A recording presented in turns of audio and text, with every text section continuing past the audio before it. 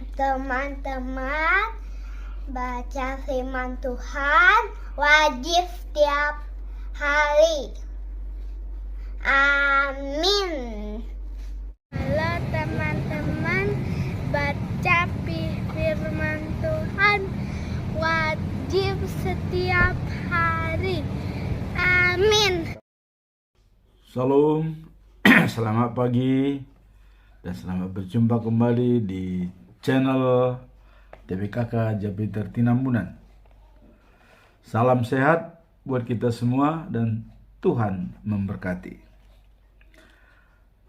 Bacaan firman Tuhan pada hari ini yaitu hari yang ke-139 tahun 2024 yang diambil dari kitab Amsal pasal yang ke-19 sampai 21 dengan perikop Tuhan Allah menentukan segalanya. Nah, sebagai ayat inti daripada pasal 19 ayat 21 ialah banyaklah rancangan di hati manusia, tetapi keputusan Tuhanlah yang terlaksana. Sekali lagi, banyaklah rancangan di hati manusia, tetapi keputusan Tuhanlah yang terlaksana. Inilah firman Tuhan pada pagi hari ini yang diambil dari kitab Amsal. Sebelum kita masuk dalam ayat tersebut, kita mencoba dulu melihat apa sebabnya Amsal menulis seperti ini. Seperti kita ketahui, Amsal ini adalah Raja Salomo. Ya.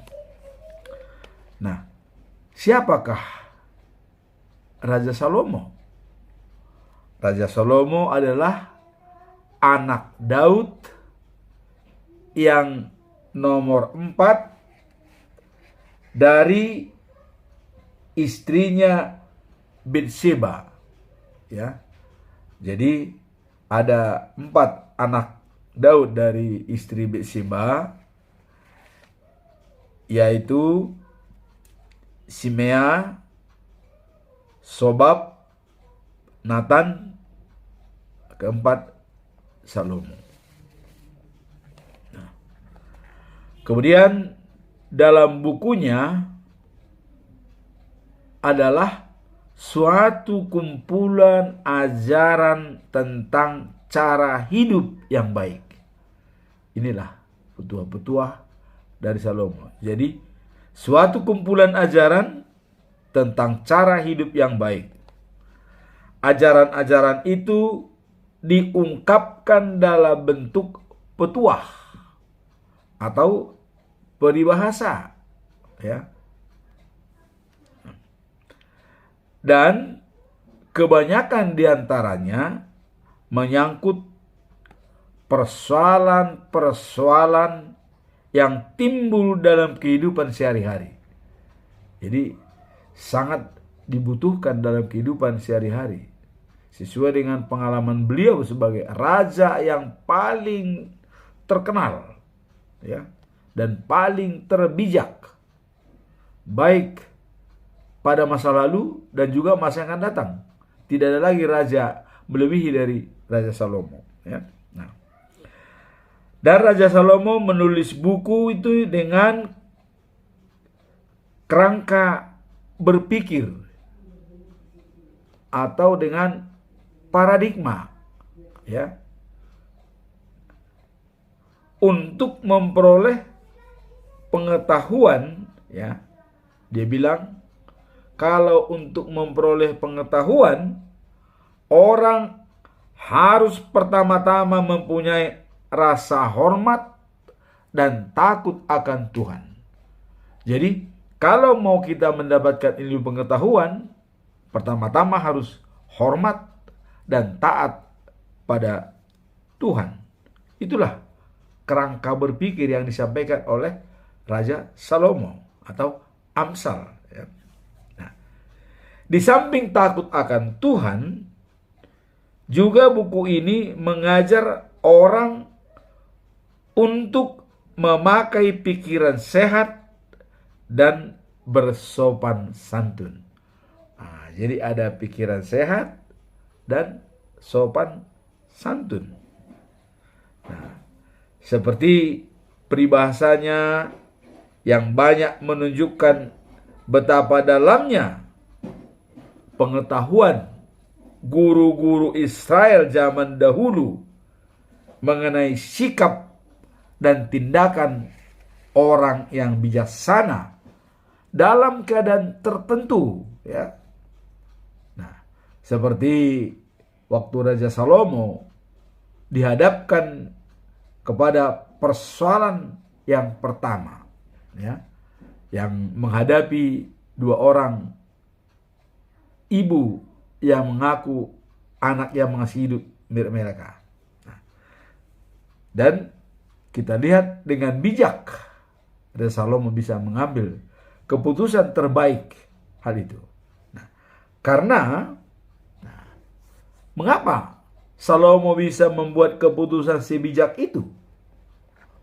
Nah, karena sebelumnya, ya, Raja Salomo yang ditulis dalam buku 1 Raja-Raja, ya, pasal yang ketiga ayat yang ke-7. Dikatakan begini, ya. Raja Salomo berdoa minta hikmat. Nah, jadi pada waktu itu rumah Tuhan belum ada di Yerusalem. Ya, belum dibangun di Yerusalem. Dan Raja Salomo selalu berdoa dan menyembahkan persembahan kepada Tuhan, yaitu di Gibeon, ya, tempat satu-satunya ibadat yang terkenal.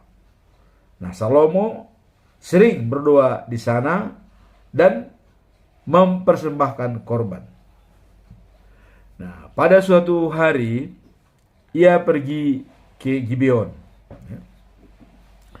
Malam itu Tuhan menampakkan diri pada Salomo.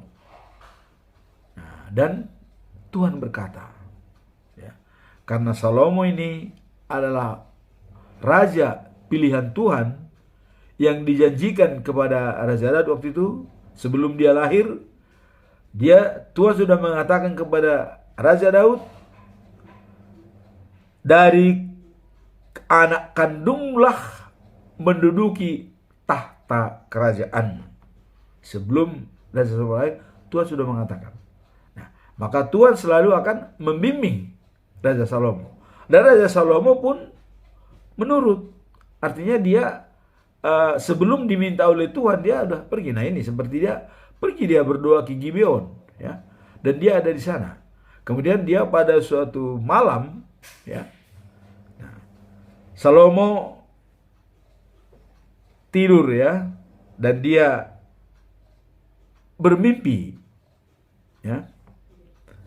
Nah, Tuhan menampakkan diri pada Raja Salomo dan berkata dalam mimpinya, Salomo, mintalah apa yang kau inginkan, itu akan kuberikan kepadamu.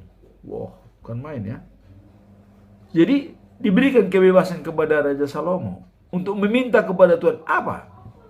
Dia bisa saja minta harta, minta kekayaan, minta supaya musuhku semua mengalah, minta ini, minta itu, dan banyak permintaan. Bisa saja kalau dia mau. Tetapi Raja Salomo sangat bijak. Apa yang diminta oleh Raja Salomo? Ya. Tuhan. Nah, dia tetap mengatakan Tuhan, ya. Engkau sudah menunjukkan bahwa engkau sangat mengasihi ayahku Daud. Wah, jadi dia pakai tameng ayahnya, ya, karena dia adalah keturunan Daud. Engkau sangat mengasihi ayahku Daud. Nah, jadi Raja Salomo mengatakan seperti itu. Nah, sebagai hambamu itu, ia baik, jujur, serta setia kepadamu. Wah. Kenapa dikatakan ia baik dan jujur? Kita tahu dalam perikop yang lalu, Raja Daud mengatakan apa? Kemurahan dan kebijakan ada pada diri saya seumur hidup saya. Itu pernyataan daripada Daud. Kemudian yang dikatakan lagi yang kedua pernyataannya adalah saya akan berada di rumah Tuhan sepanjang masa. Itulah kehebatan Daud. Makanya Raja Salomo mengatakan ia baik, jujur, serta setia kepadamu. Wah, itu setia itu tadi sepanjang masa dia di rumah Tuhan. Kemudian kemurahan dan kebajikan seumur hidup ada padanya. Wah, bukan main, ya. Jadi itulah dicontohkan oleh Salomo, bapaknya yang baik dan murah hati. Nah, kemudian sebagai jaminan, kata Salomo ini, ya, bahwa untuk seterusnya, ini untuk keberlangsungan ini, untuk seterusnya engkau tetap mengasihi dia. Engkau memberikan kepadanya seorang putra. Jadi untuk seterusnya dia tetap mengasihi Daud, Tuhan, bahwa Tuhan memberikan seorang putra. Yaitulah Raja Salomo. Nah, yang sekarang memerintah menggantikan dia. Jadi kau tetap mengasihi dia, sebab kau berikan seorang putra untuk memerintah menggantikan dia. Jadi ini dialog yang sangat-sangat persuasif dari Raja Salomo kepada Tuhan. Baru dia meminta. Ya. Bukan langsung dia minta, dia pakai kiasan dulu, pakai artinya yang enak didengar cara meminta. Apa dia bilang?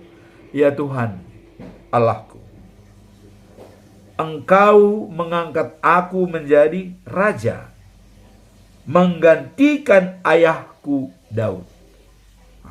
Tentu dia menyampaikan, sebab yang mau dipertanggungjawabkan itu adalah karena pilihan Tuhan. Dia mau menyampaikan hal itu. Sehingga, dikatakan, meskipun aku masih sangat muda, katanya. Nah, mungkin umurnya waktu itu masih di bawah 20 tahun, ya. Aku masih sangat muda, ya. Dan tidak tahu bagaimana caranya memerintah. Jadi dia merendah. Maka dan aku berada di tengah-tengah bangsa yang telah kau pilih menjadi umatmu. Jadi ini semua dikembalikan kepada Tuhan, ya. Jadi dia adalah atas pilihan Tuhan. Kemudian memimpin umat pilihan Tuhan. Nah, tentu ya harus apa yang harus diminta kepada Tuhan, ya. Umat pilihan Tuhan, dia juga pilihan Tuhan sebagai raja. Apa yang akan diminta? Nah, dikatakan, ya, mereka adalah umat pilihan Tuhan. Nah, Mereka sangat besar jumlahnya dan banyak. Ini yang disampaikan oleh Salomo.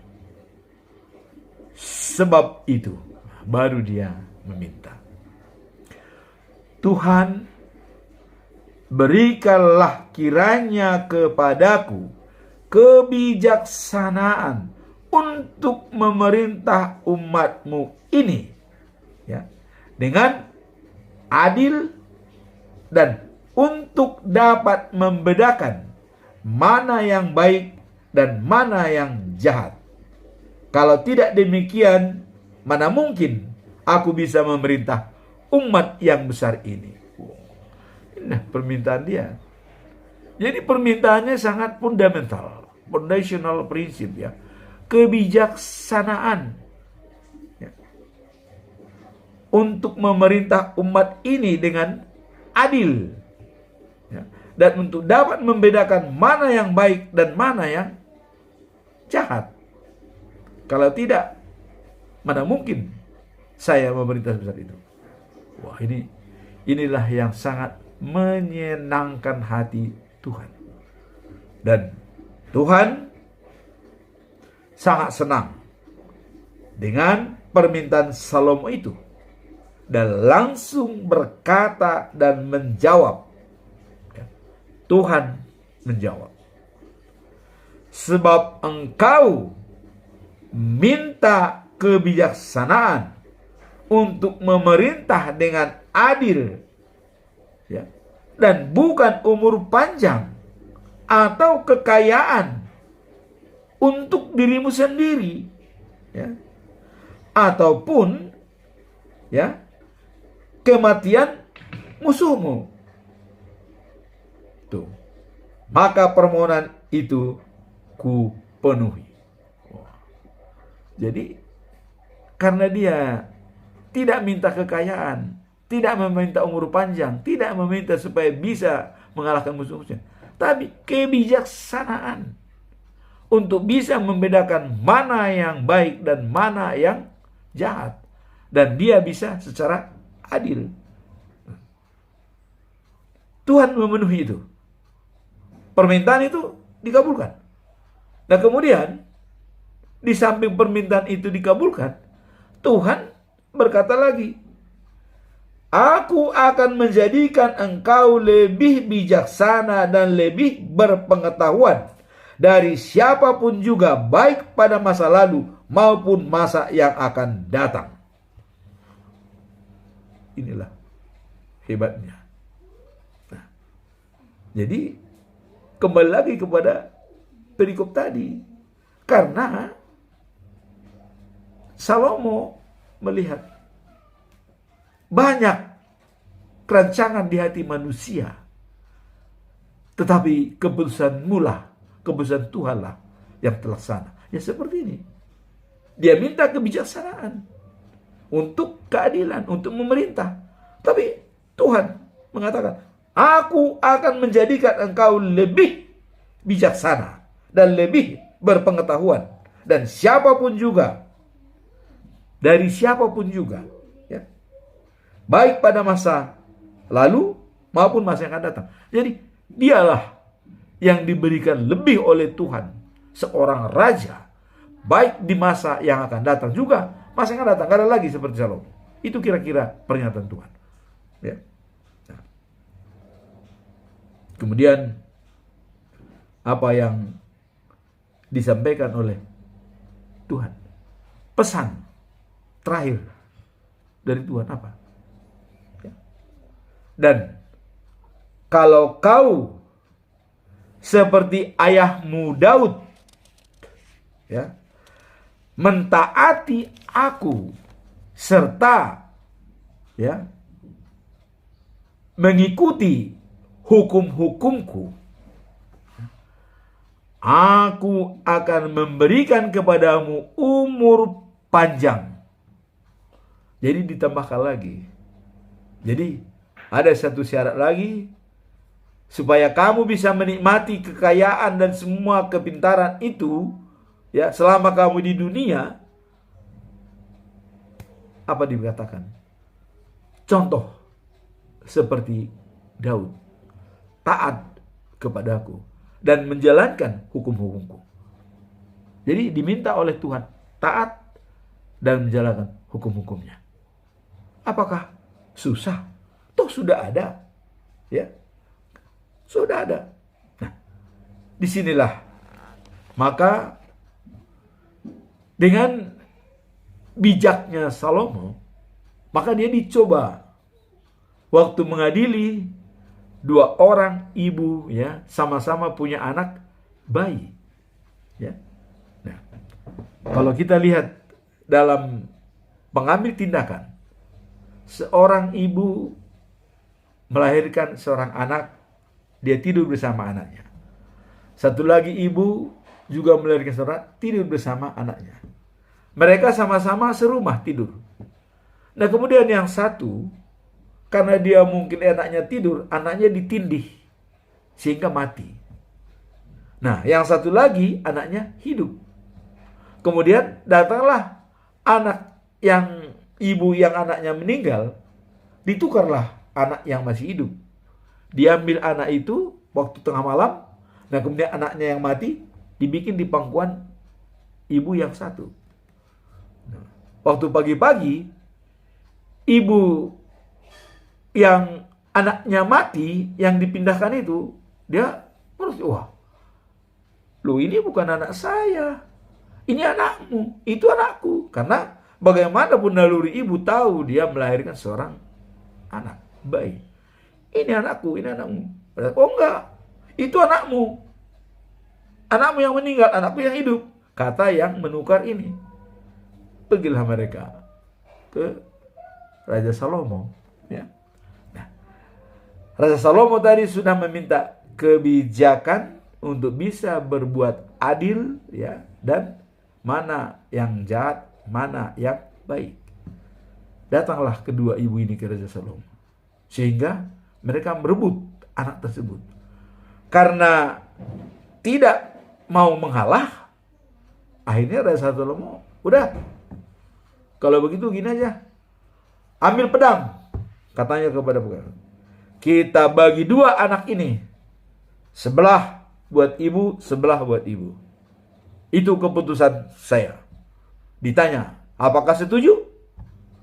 Nah, ibu yang bukan melahirkan setuju. Karena dia memang bukan anak dia. Karena mungkin ya supaya dua-duanya mati. Ini juga mati. Ini ada perasaan iri.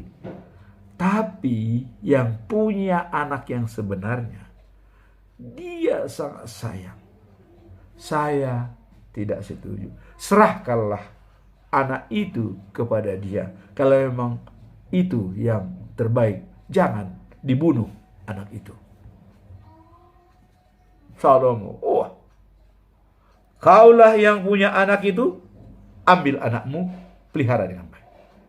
Bijak kan? Selesai. Itulah dikatakan yang namanya bijak. Raja Salomo meminta kepada Tuhan. Kembali kita kepada perikop pada hari ini, ya, yaitu banyaklah rancangan di hati manusia, tetapi keputusan Tuhanlah yang terlaksana. Nah, itu satu contoh. Ya. Tadi mungkin mereka menginginkan ini, tapi Tuhan berkehendak lain. Nah, kemudian Salomo meminta kebijaksanaan, hanya itu pengetahuan, ya, hikmat kepada Tuhan. Tapi Tuhan memberikan banyak. Jadi samalah kita berdoa, ya. Berdoa pertama itu memang dikabulkan Tuhan, ya. Yang kedua itu diberikan kompensasi, ya. Yang ketiga itu ditunda. Yang keempat itu memang ditolak sama sekali. Jadi keputusan ada pada Tuhan. Apapun rencangan manusia. Inilah Salomo mengatakan bahwa keputusan ada di tangan Tuhan. Karena waktu dia tadi meminta kebijaksanaan untuk memerintah, tapi diberikan kekayaan dan diberikan segalanya kepada dia. Bahkan Raja Salomo lah yang paling terbijak di dunia ini setelah ada raja. Bahkan dikatakan, taati dan lakukan hukum-hukummu seperti bapakmu Daud. Umurmu panjang, bisa menikmati yang kuberikan kepadamu segalanya. Inilah yang bisa kita lihat dari perikop ini yang dikatakan, banyaklah rancangan di hati manusia, tetapi keputusan Tuhanlah yang terlaksana. Sekarang pertanyaan bagi kita, bagaimana cara kita berdoa? Apakah kita supaya didengarkan Tuhan? Atau supaya permintaan diterima? Nah, filosofis berdoa. Kalau kita berdoa bukan untuk didengarkan oleh Tuhan, tetapi kita yang harus membaca apa jawaban Tuhan. Itu yang benar.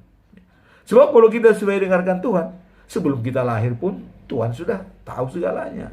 Ya, tidak usah kita sebut pun Tuhan tahu isi hati kita. Ya, Yesus tahu isi hati daripada orang-orang katanya. Apa isi hatinya? Ya, dan seperti seorang perwira yang pelayannya disembuhkan Tuhan Yesus, ya, Tuhan tahu hatinya. Ya, coba orang inilah imannya yang paling besar di seluruh negeri Israel katanya. Ya, hanya perwira mengatakan, aku tidak mampu Tuhan menerima kau di rumahku. Tidak mampu. Bukan karena tidak mampu, karena tidak punya apa-apa, tidak. Dia walaupun seorang perwira, tapi karena Yesus adalah seorang raja dari segala raja, dia merendah, tidak mampu aku menerimamu. Belum mampu. Kamu adalah paling terhormat. Sehingga apa yang kau katakan pasti terjadi. Dia percaya. Wah, besar kali iman orang ini, kata Tuhan Yesus, ya. Nah, jadi ini pun, ya, apa yang kita minta, apa yang kita harus apa jawaban Tuhan, ya. Jadi memang boleh dikatakan pertama bisa dipenuhi, tapi bisa juga tidak dipenuhi, tapi diberikan bentuk lain, kompensasi. Nah, kalau Salomo permintaannya dipenuhi dan diberikan lagi bentuk lain. Nah, kalau kita mungkin kadang-kadang permintaan kita tidak dipenuhi, tapi diberikan bentuk lain. Maka itulah sebabnya banyaklah rancangan di hati manusia, ya, tetapi keputusan Tuhanlah yang terlaksana. Mari kita bijak membaca apa keputusan Tuhan terhadap kita. Maka tapi Yesus sudah mengatakan, penderitaan yang kamu alami pada saat ini itu tidak seberapa mengingat kehidupan yang kekal yang akan kamu raih. Hanya ke sana kita larinya, sehingga apapun yang kita lakukan selalu menuju life after life. Nah, inilah perikop ini, bahwa dikatakan rancangan Tuhan, rancangan manusia banyak, tapi Tuhanlah mengambil keputusan. Ini terbukti kepada Salomo yang meminta kebijakan, tapi diberikan harta, diberikan panjang umur. Nah, kemudian kalau kita melihat bacaan pagi pada hari ini, yaitu lanjutan daripada yang kemarin 18 sampai 21, ya. Nah, sekarang Ibrani pasal 13, ya, ayat yang ke-22 sampai 25. Nah, tetap perikopnya bagaimana menyenangkan hati Allah, ya. Nah, penulis surat ke Heber ini, tapi patut mungkin kita pastilah itu Paulus, karena menurut kata-katanya seperti kenal dengan Timotius yang dipenjara, ya. Nah, orang Ibrani harus memperhatikan nasihat-nasihat yang diberikan sebelumnya. Nah, itu apa nasihat yang diberikan sebelumnya? Harus saling mengasihi satu dengan yang lain, karena Tuhan lebih dulu mengasihi kita.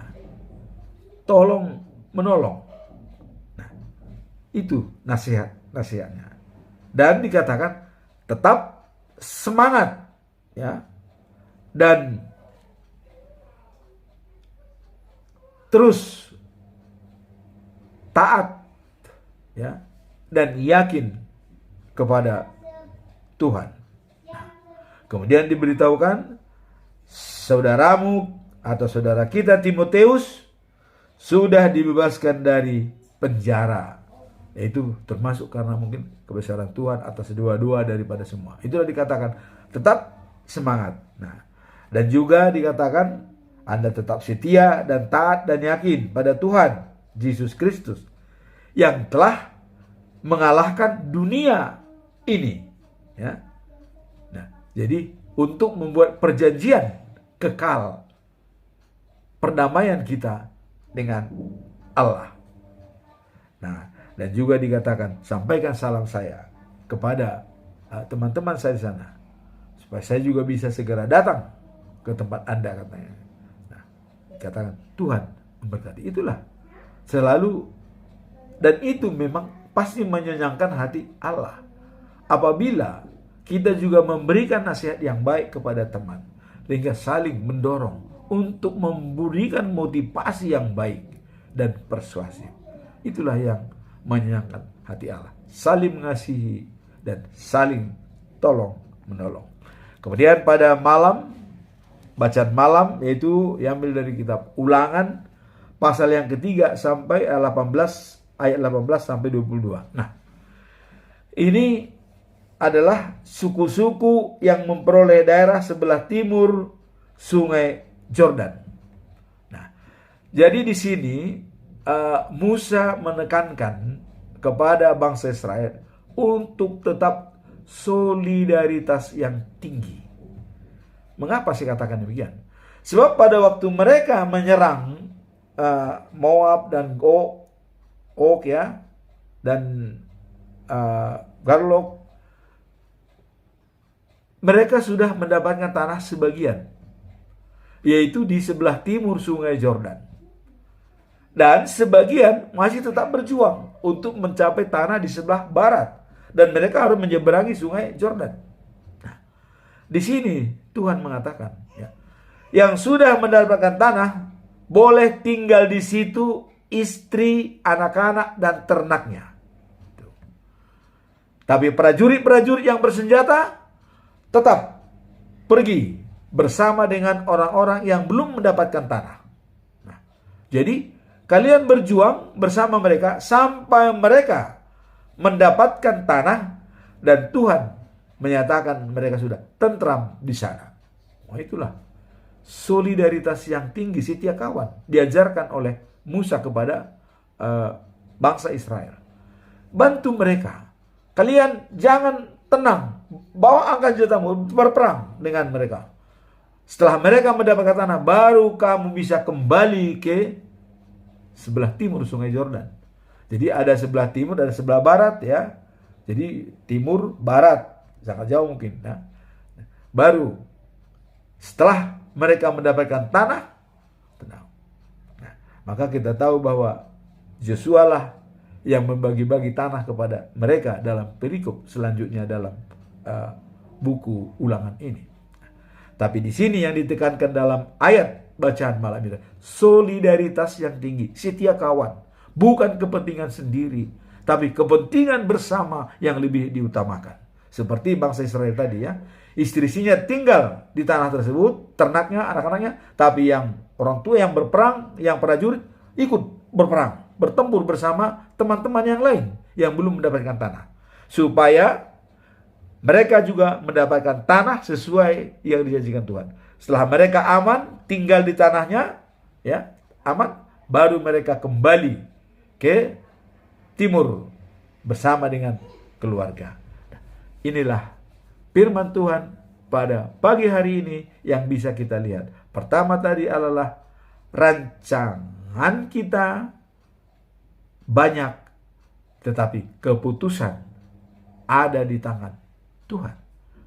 Kemudian kita tetap menyenangkan hati Tuhan dalam segala hal, agar Tuhan selalu bisa membimbing dan melindungi kita. Kemudian solidaritas yang tinggi atau setia kawan dalam setiap kita melakukan aktivitas.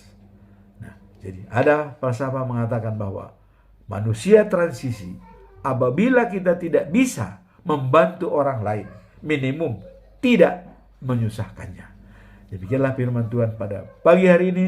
Semoga bermanfaat bagi kita semua. Amin. Tuhan memberkati. Subscribe, comment, and share.